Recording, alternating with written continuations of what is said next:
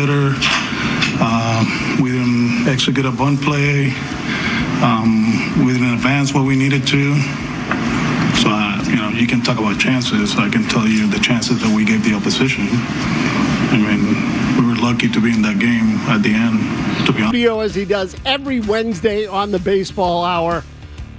We'll open up the phone lines right away, 617-779-0985. And let me get this out of the way.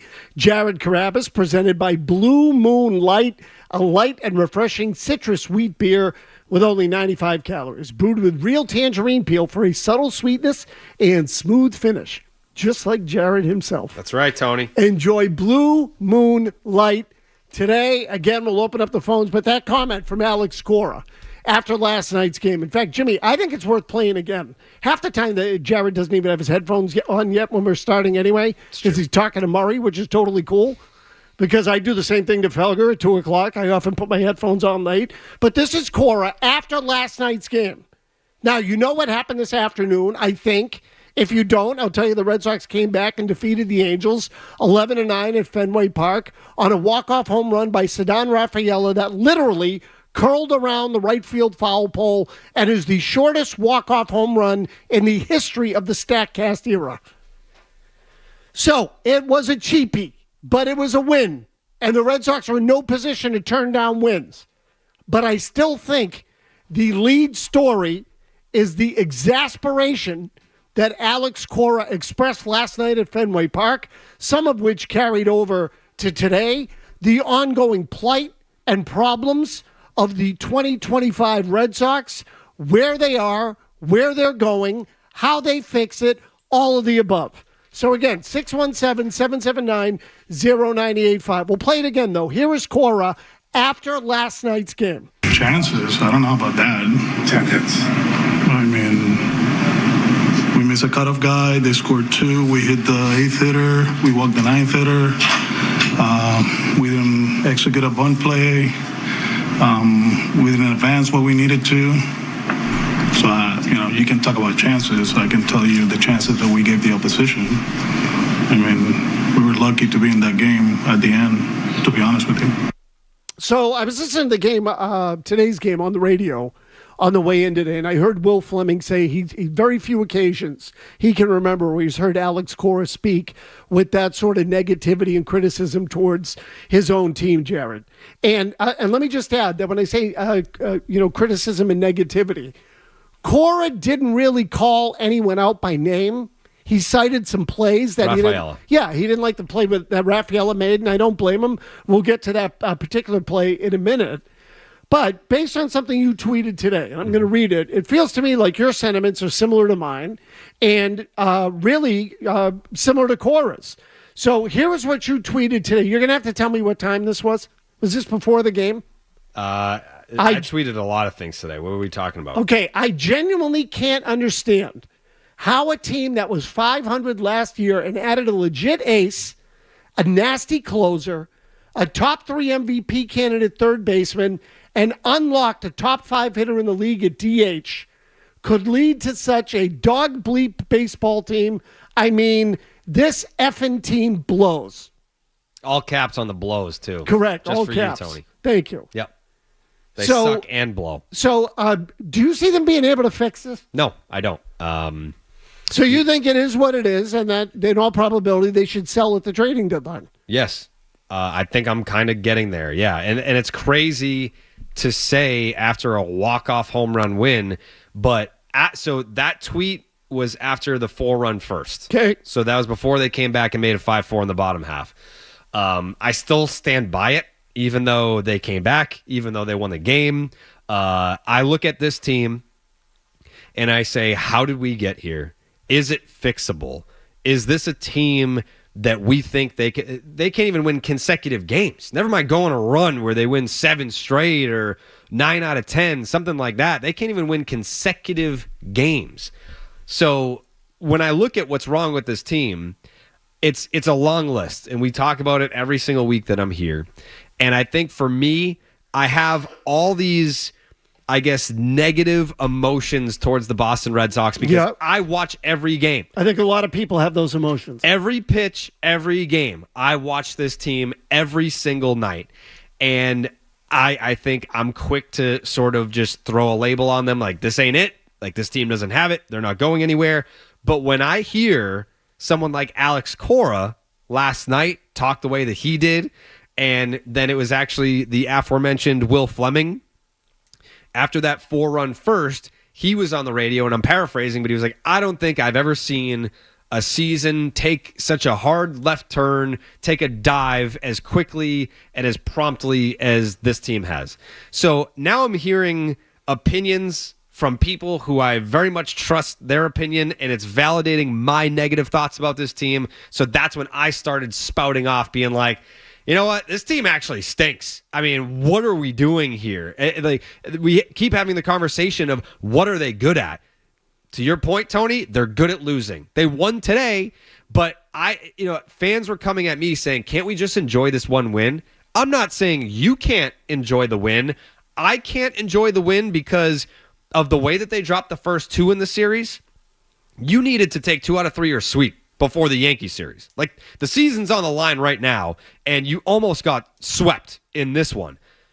Yes, you ended up winning. Yes, it was a walk-off homer, but the path that you took to get to the final at-bat, to win the game in the final at-bat, there's nothing. What good can you take out of that? You can't. It was more sloppy defense. It was another bleep start from a starter not named Garrett Crochet. Horrendous. It was more taxing the bullpen. I understand you have the off day tomorrow, but there was way more bad than good that happened today. Yes, you won the game, but I mean, the scale, it doesn't equate to me. Like, I still feel extreme negative emotions towards this team right now. So I'm glad you brought up Giolito, and just because you mentioned the first inning and the top of the first, the Angels came out of the game, got 4 runs before an out was recorded. The Ward homer was the last one, right? Yeah. That happened when I was coming into the building, so I didn't actually hear that. But up until that point, I know that the Red Sox had not recorded an out. So they give up 4 runs right out of the gate. So because this gets to Giolito, and this is the kind of stuff I'm talking about when I talk about a losing team. And they've become good at losing, really. And you can say whatever you want about Giolito's career, but he's a veteran guy. And when he took the mound today, in the last roughly 12 hours before that, Alex Cora had bared his soul and said how frustrated he was about the way the team was playing. They had shown up at Fenway Park and had an on-field confrontation with the Angels and Tyler Anderson about what we think was the Anderson's accusation of the Red Sox of stealing signs from the night before, meeting last night's game. So again, before the game's even played today, they lost badly again in a 1-run game. Cora vented. They almost got in a fight with the Angels. They had lost the first 2 games of the series. They're getting ready to play the Yankees. And Giolito goes to the mound and gives up 4 runs before an out is recorded. At that moment, I felt like you did, and I actually tried to tweet, the Red Sox have completely let go of the rope. I don't know that I've ever seen a team completely look caved the way the Red Sox looked in the first inning.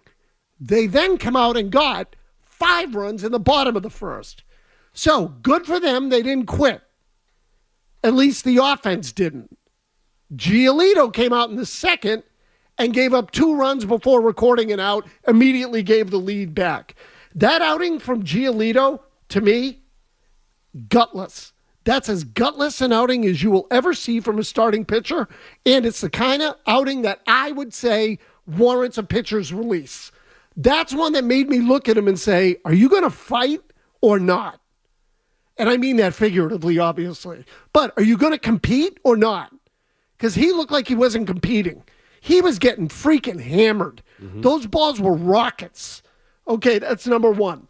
Last night, Rafaela, the ball in the outfield, where at the game, or at the time rather, it was the first run of the game, I think, for the Angels. Yes. The hit scored a run. Rafaela elected to throw the ball to the plate instead of hitting the cutoff man. Offline throw, doesn't get the runner. Both runners on the bases advance, including the hitter, I mean. So now instead of first and second, you have second and third. Both those guys score. Cora cites that play after the game as a mistake. Rafaela says, it was the right decision. I would have gotten him. That's stupid. That is the definition of selfish, stupid baseball. And that is the problem with the 2025 Red Sox. And I'll just add quickly, there was one other play, and we talked about it today. And there were more than these, but these are just the ones that I'll fire off the top of my head. In the ninth inning, with the score tied, the Red Sox hit the lead man on. Campbell drew a walk, I think it was. I was driving over here. I don't know. No, this was last night. Campbell, and then Hamilton went into pinch run. Stole second. There's a fly ball to center field that Hamilton could have tagged on and gone to third. He didn't. The Red Sox end up not scoring in the inning. I think they went strikeout, didn't score. And on the broadcast, both O'Brien and Merlone said, how does he not advance to third there? David Hamilton's whole game is speed. It's base running. And it's not fair to say his whole game, but the biggest part of his game is using his legs to get into scoring position and turning a walk into a triple. So he stole second and then made a poor judgment and didn't take third. Now, would they have scored the run anyway? I don't know. Would both the next two guys have struck out if the runner was on third? I don't know. I have no idea. What I do know is that it was a mental error. Ceddanne Rafaela was a mental error.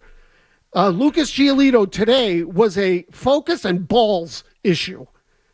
I don't know how anybody can look at this team and feel good about them when Rafaela wraps one around the right field foul pole.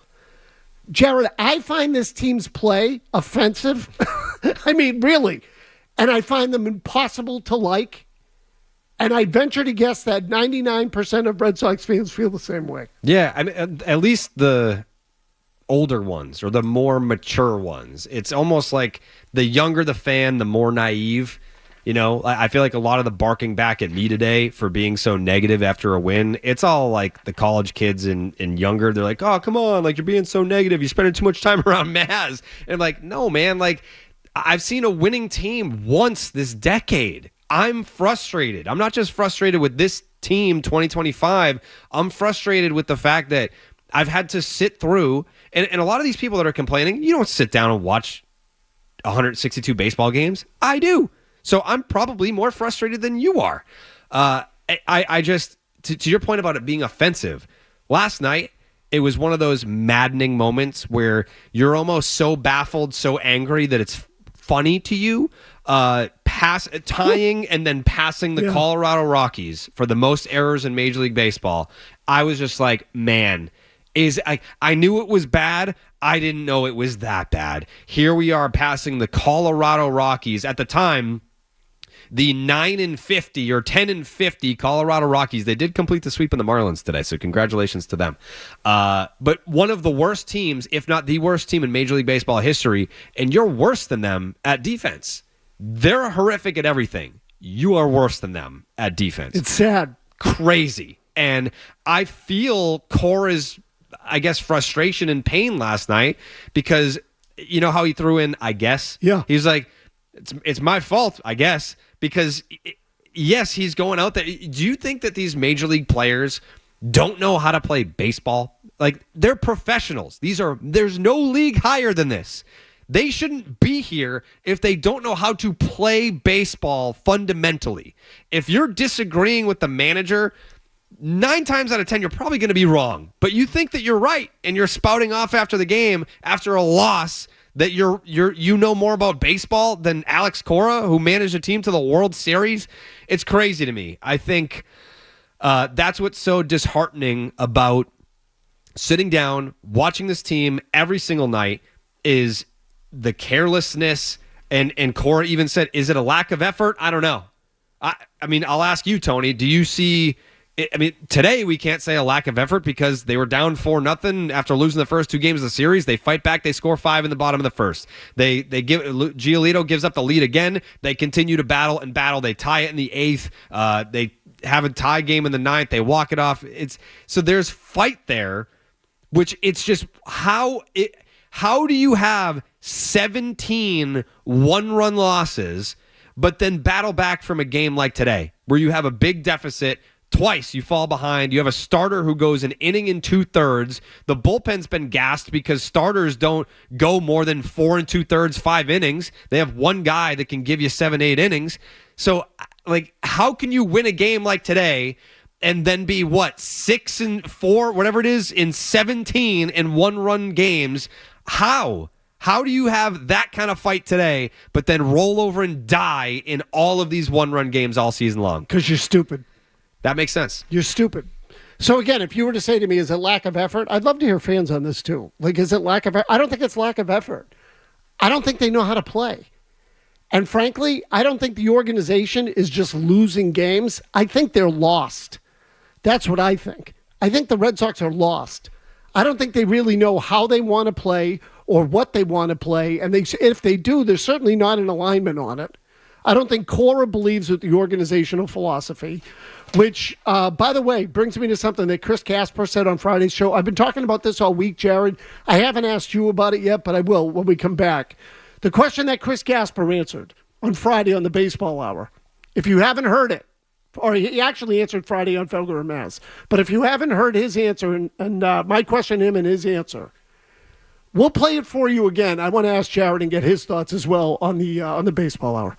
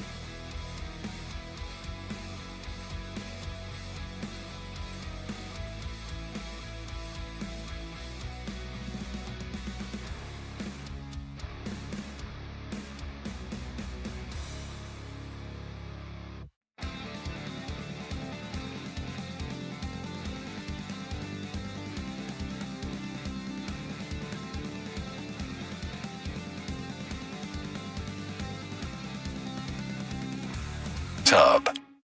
And I thought Sean McAdam had a really good story that I saw in Mass Live where he was talking to Alex Cora and talking about this element of having to be in a situation where you're trying to win and develop at the same time. And Cora said to Sean, it's trying to win as many games as possible, but also teaching the game.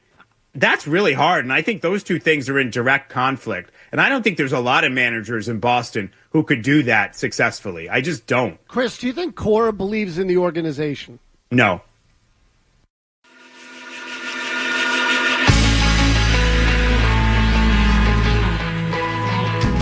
So again, that was last week. That was last Friday on Felger and Maz. I'll ask the same question now to Jared Carrabis. Do you think Alex Cora believes in the organization? I think that it's a layered answer. I think so here's how I interpreted the question. Does he believe in ownership? I do. Because Alex Bregman wouldn't be here unless there was some sort of agreement of like, hey, like we're going to try here. Okay.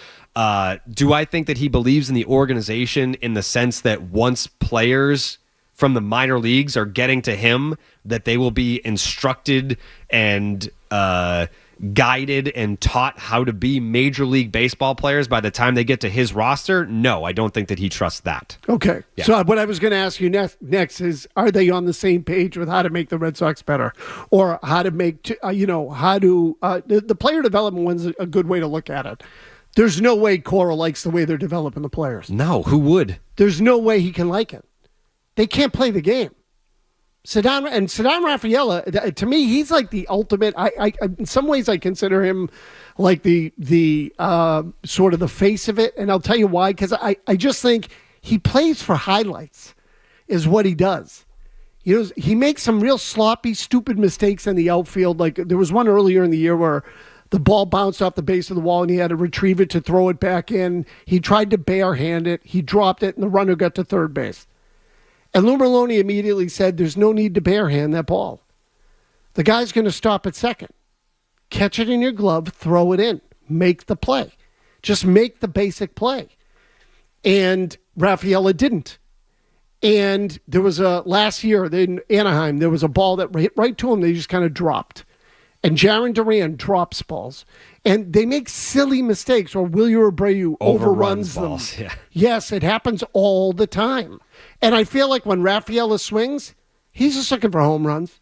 Yeah. He's swinging from his ass. He tries to pull everything. Now, again, today, he hit one around the foul pole. Well, they told him to pull the ball in the air more because he doesn't have the power to go to the opposite field. Okay, so, and I get it, and some of that is, but in order to be a complete player, well, you can take a single to right field still if they're pitching you away. That's he can do that. He's done that. So, but he doesn't do it consistently. Yeah.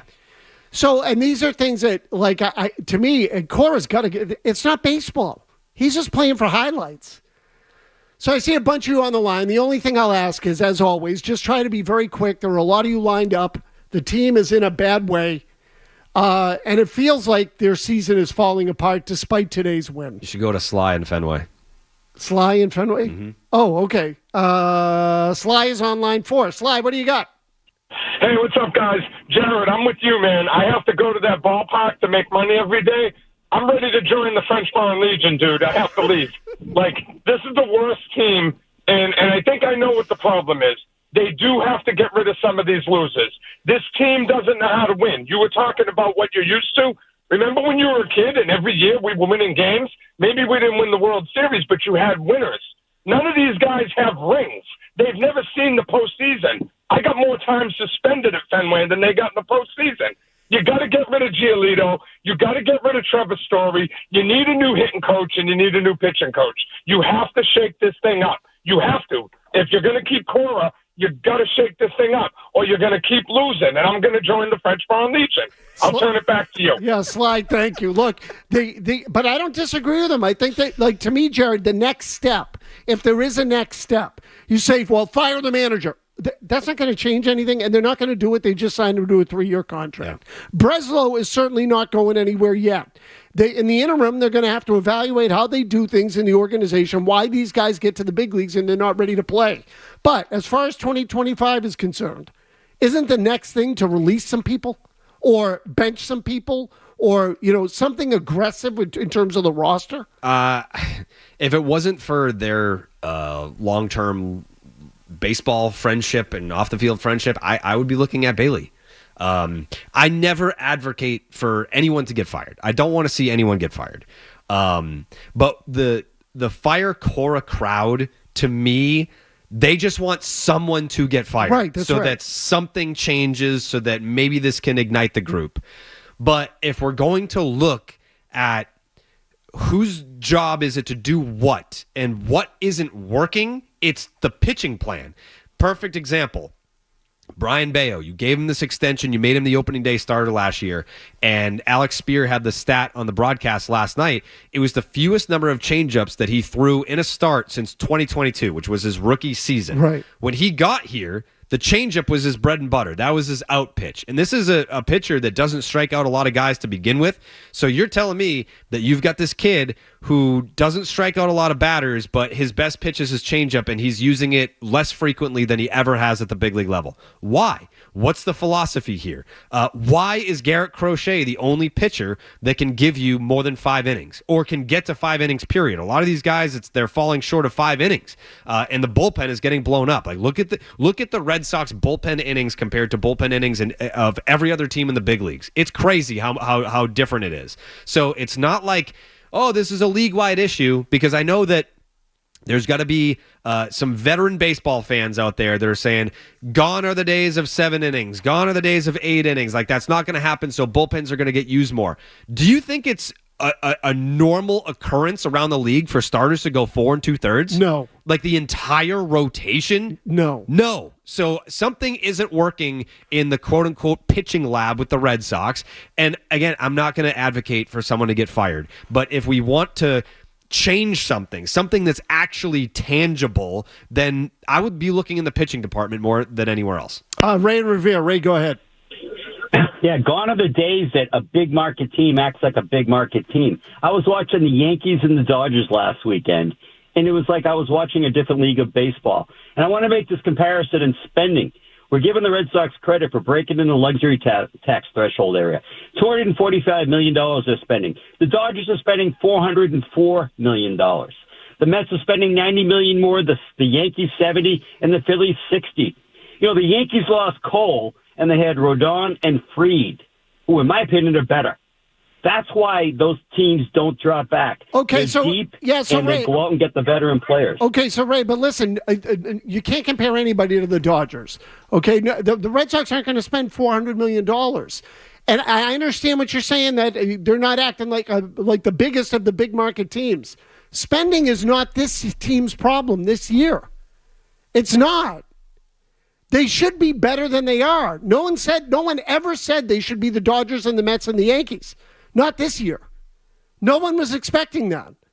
The World Series teams were in the National League. That was clear. And the Yankees. There really weren't that many teams in baseball that were World Series caliber. They're still underachieving. That's something else. Ricky's in Arkansas. Go ahead, Ricky.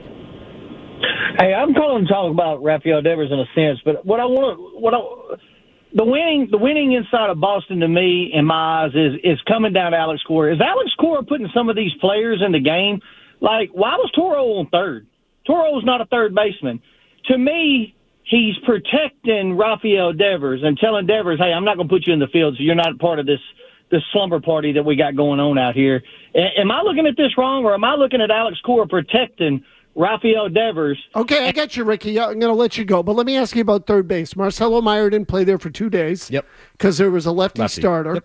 They put Toro over there. But so I'll leave Devers out of it at this point. Not that we should, because certainly Devers he's the story when it comes to selfishness on this team. But shouldn't Meyer be playing third if they brought him up? Yes. Toro's not a third baseman, so why are they forcing Toro over there to get Romy Gonzalez in when they could put Gonzalez in and just leave Meyer at third? I look at it differently. I don't say Toro's not a third baseman. I say Marcelo Meyer is not a utility player, or he's not a platoon player. Okay. So if you're going to call him up here, he's up here to play every day. Especially if you are a team that is looking at the facts here. They're probably not going to be a playoff team at this point. I don't understand the logic behind calling up Meyer. I mean, maybe, I guess they could probably look at it as, well, he's not someone that traditionally does hit lefties. Okay, but if he's going to be your everyday shortstop of the future, shouldn't he be seeing lefties? Correct. Like, give him the chance to tell you he can't do it, Right, versus and if just you- assuming he can't. And if you value defense, isn't he your best third baseman now? Yeah. So, like, I look at that one makes no sense to me, Jared. Anyway, how they handle the young guys, to me, they're sort of all over the map. Christian Campbell's now in the crosshairs, too. And Alex Cora said something about him yesterday that opened a lot of eyes. We'll get to that after Kevin Majori gets you caught up on headlines. And your calls we'll get to as well.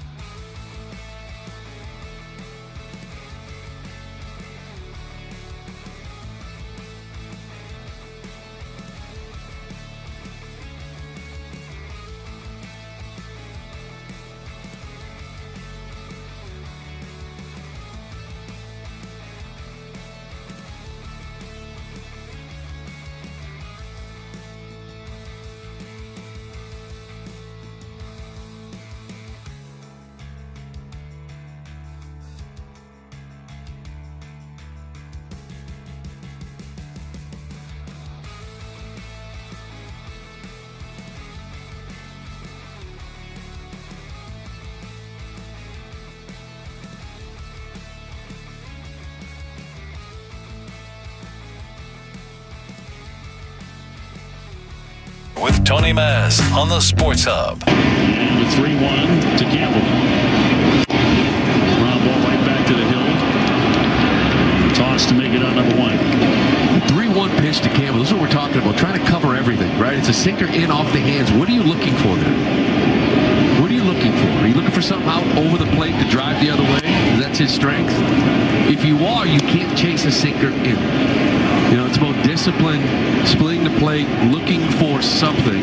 If you're looking in, then you should be spinning that ball off the wall. And a very choppy swing. And I think that's part of what we're seeing from Campbell. He's trying to cover the whole plate.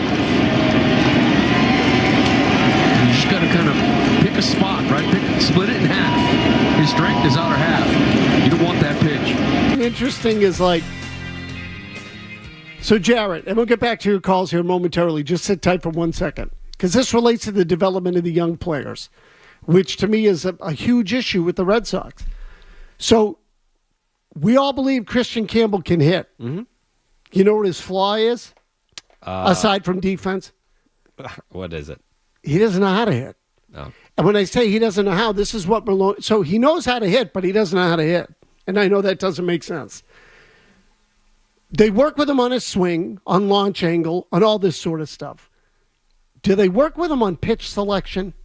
Because this is what Maloney's talking about. When Christian Campbell gets into the batter's box, he likes to hit the ball the other way. So ideally, you want the ball middle out. So what you have to tell yourself is if it's now he can handle a fastball in the inner half of the plate and still get it to right field. But one that's off the plate and like, a ball, he shouldn't be trying to hit that pitch, and he still does. So he's got to go. There's no approach there, really, in terms of, pitch selection. He needs to sit there and say, if the ball is in, I'm giving that to the pitcher. If the ball's middle away, and he can even go a little bit more than middle because he can handle that ball. So let's call it, 60%, 65% of the plate. But anything that's on the inner quarter or off the plate on the inside edge, I don't swing at it. He still does.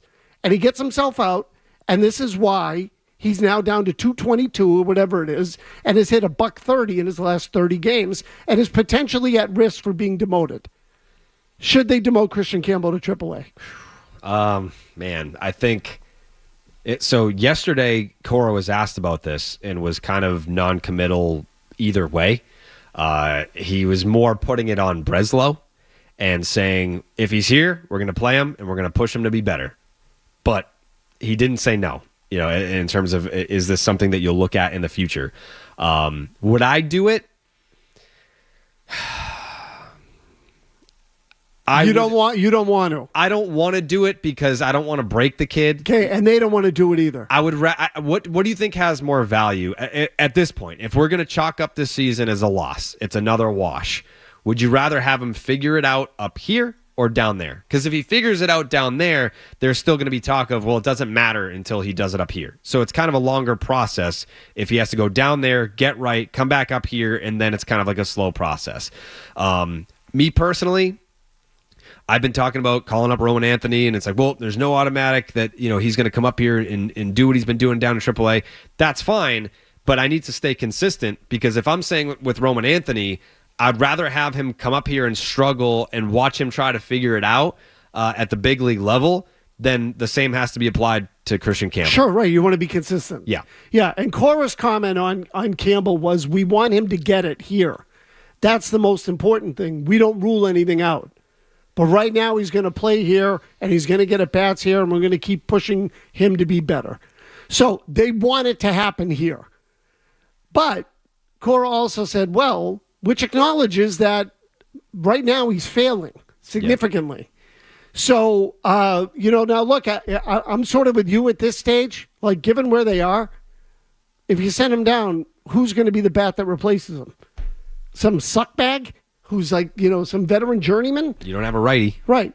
You might as well leave him here now, but you got to help him. You got to coach him. And I just worry that they're more worried about teaching him launch angle and, chase fastballs. And first base. Right. So, which is another reason they eliminated that. And less on, well, look, the actual art of hitting is knowing what you handle best and what the pitcher's trying to accomplish to combat that. And you have to then wait for the ball, which is in an area that you can handle it. And if it doesn't come, you tip your hat and you let the pitcher win that at bat. Martin in Texas. Martin, go ahead. Haven't heard from you in a while. Yeah, guys, I just had hearing aids put in, so I've been having to watch you guys with closed captioning and watch Jared on YouTube with subtitles. But anyway, what I was going to say is all these people chasing Alex Cora's job, I don't get it, because really you can pinpoint it on one thing. It's the starting pitching starts like today from Giolito and Richard Fitz. It's that, and the whole hit the ball hard and hit it in the air thing is great for people like Bregman and Devers. It's not great for the kind of people we have in the bottom half of our lineup that can't do that on a consistent basis. They're not talented enough hitters. When Cora was preaching like, we need to put the ball in play because we got good athletes, that's when our offense is really more consistent and taking off all the time. Not this, hit the ball hard and hit in the air crap that only 2 or 3 guys in the lineup can even do. Yeah, so Martin, I agree with you on the hit the. The cookie cutter approach doesn't work. They're not all the same. So the whole idea that everybody hits with the same philosophy, Jared, to me is completely stupid. I don't get it. Makes no sense to me whatsoever. Yeah, it doesn't make sense to me either. Yeah, everyone is kind of a different case study here, but kind of going back to Christian Campbell, I think not making excuses for him, because it is the truth. He had 1 year of college ball, right, and then started like a year ago now, was in A ball. Like, he flew through the minors. He's still learning how to become a hitter. Correct. Like, he's not a finished product. I can call up Roman Anthony tomorrow, and I feel great about the hitter that he is. But Christian Campbell, it's like, yes, there was a ton of success in the Red Sox minor leagues, which got him a spot on the opening day roster. But at the end of the day, I feel like my working theory here is he got the opening day spot over a kid like Roman Anthony because of the willingness to sign the extension. I think going into opening day, they knew that they were going to end up signing that extension, so they're not worried about him winning Rookie of the Year or losing service time or having that extra year at the back end. With Roman Anthony, it's like, this is going to be a little bit more difficult of a conversation, but if Roman was talking contract the same way that Campbell's team was, Roman Anthony's probably on the opening day roster. Yeah. He'd be here. Good point, Jared. Matt in Providence. Matt, what do you got? Is Rafael Devers part of the problem or the solution? What do you think? You there? Part of the. Sorry, say it again, Matt. Is Rafael Devers part of the problem or the solution? He's part of the solution. He has to be. Can you get rid of him? No, and I don't think that's... Then he's part of the solution. Sure, but I think he has contributed to part of the problem, which would be the roster flexibility. Yes. I think it's not like a 50-50 thing. Is he 50% problem, 50% solution? No, I think it's more, 85% solution and like a little bit of the problem. Yeah, I think if he had played first, or if they weren't too afraid to ask him to go back to third base when Bregman went down, then you have more roster flexibility. Maybe Roman Anthony's up by now. That there is a little bit of contribution to the problem, but it's not a 50-50 split. No. I mean, if you're telling me you can move Rafael Devers and get a 28-year-old left-handed hitter who's one of the best 10 in the game, then see you later. Mm-hmm. I just don't think you can find that all that easily. Drew's in a car. Drew, what do you got? Hey, guys. The way I fix this roster is, first of all, I'm going to stop running out a roster that's designed for Yankee Stadium and maybe one for Fenway Park. What I do is I tell Breslow he has the trade deadline and the off season. Pick your 4 best positional players. Okay, but again, those are loose. Those are loose. I want something more concrete than that. I'm going to fix him by doing this and tell me, empower Campbell, Meyer, and Anthony, get rid of some dead weight. See you later, Trevor Story. See you later, Lucas Giolito. Trade Casas. Give me names. If you're going to do that with me, give me names. Alan's in Florida. Alan, go ahead. Yeah, I'll give you plenty of names. First of all, Giolito only a couple of years ago led the American League in home runs. Correct. Who would you rather have, Pivetta and Evaldi, or Buehler, that the Dodgers didn't want any part of, and Giolito? I just got to tell you quickly, Mavs, this is interesting. I'm driving today, and I'm trying to get the Red Sox game. And of all things, what do I get the Marlins game? And they're talking about a pitching coach named Bailey who coaches for the Red Sox. And they're saying that the Red Sox are now the laughing stock of baseball because all he does is no fastballs are allowed, and these other teams are just sitting, waiting, and croaking them, and it's the most ridiculous thing they've ever heard of. Alan, and again, yes. What game was that? The Marlins game. This was the Marlins-Colorado game. Today? Today. Okay, good. We're going to find it. Thank you. I want to find it. Jimmy, we're going to find that. I want to hear it. Yeah, right, Jimmy? So it must have been the Marlins broadcast because he was in Florida. Yeah. Okay. Okay. Yeah, we are going to find this. I'm going to actually try to find it too, believe it or not. I Was want to it hear radio this. or TV, Tony? He said radio. He was listening to the game in the car, I think he said, because he was driving. Oh. Okay. Yeah. So Alan, do we have a time on this? We might have to Inning? We might have to replay the call. Who's the hitter? Yeah, I know we're going to have trouble on that. I should have asked for more info. Huh? We'll have to divvy up the innings. But you know what now? I am going to venture to find the audio. Alex in Connecticut. Alex, what do you got? Yeah, hi, Tony. You know, Tony, at the beginning of the year, we knew what the problems were, right? We needed pitching, we needed a right-handed bat, and we needed the first base to be addressed. And the problem has been Breslow. That's what we should have gotten on. Losing Fried because we didn't want to give him an eighth year was stupid. We should have gotten two aces. You should have gotten Fried. You had a stock farm, man. You have plenty of pieces you could have traded and gotten Grosjean. Instead, not only do we lose him to a rival. On top of that, he's too timid to make a move. He calls Theo in order to get the deal for Grosjean done. What he should do now is get rid of Trevor Story, get rid of Giolito, get out there, trade what you got to trade. If Duran is got to be on the table to get yourself an ace in here, trade Duran, get yourself an ace into here, because this is a circus now. Okay. I don't like the way they run anymore either. No. So this is the part that everyone gets frustrated with. What's the goal? Like, is their goal just to develop players? And by the way, I'm not sure they're doing that well either. So, because you look at them and you say, have they developed Bayo properly? Have they developed Casas properly? Or Rafaela? Duran? I don't think they've developed any of those guys properly. Duran, you can't say that they haven't developed properly. No, but my point is, Duran was in the big leagues too early. They never should have brought Duran here when they did. They really put him in a horrible spot. Yeah. He sucked basically for a year and a half, or pretty close to it. 2 years flat, yeah. Right? So they rushed Duran. He wasn't ready for it. Now, is Duran a capable big league player now? Yes. Yes, he is.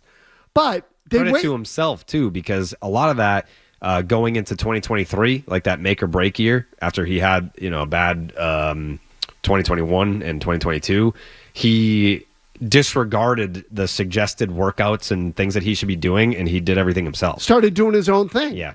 So, and this is part of what I wonder. Like, I don't think they're developing these guys properly, Jared. And when I talk, that doesn't mean they all suck.